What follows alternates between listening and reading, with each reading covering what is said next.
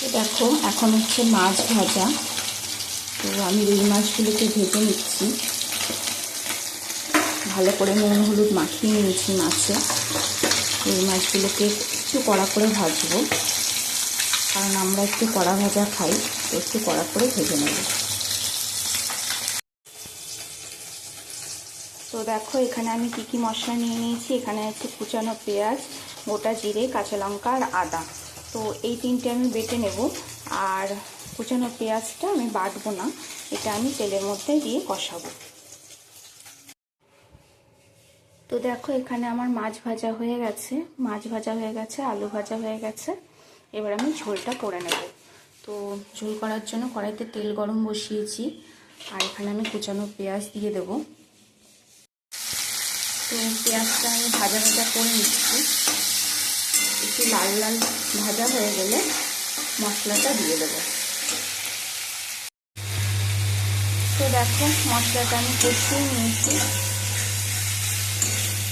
এখানে দিয়েছি পেঁয়াজ কুচি, আদা বাটা, জিরে বাটা, কাঁচা লঙ্কা বাটা আর নুন হলুদ, আর সেই সাথে একটু কাশ্মীরি লঙ্কা গুঁড়ো দিয়েছি কালারটা আসার জন্য। মশলা ভালো করে আমার কষানো হয়ে গেছে, এবার আমি জল দিয়ে দেবো। তো দেখো ঝোলটা ফুটে গেছে, এবার আমি আলুগুলো দিয়ে দেবো।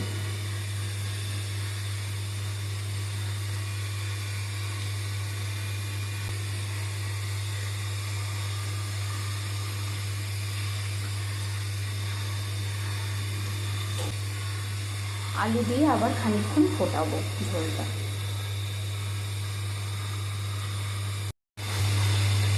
দেখো ঝোলটা আমার ফুটে গেছে, এবার আমি ভাজা মাছগুলো দিয়ে দেবো।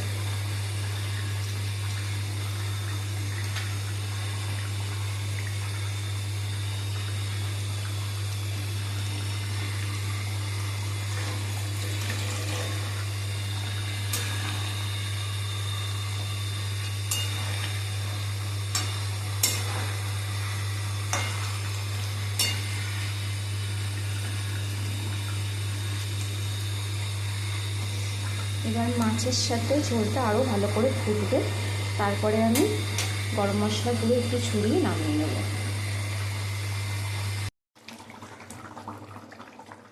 তো দেখো মাছের ঝোলটা আমার রেডি হয়ে গেছে, এবার আমি নামিয়ে নেব।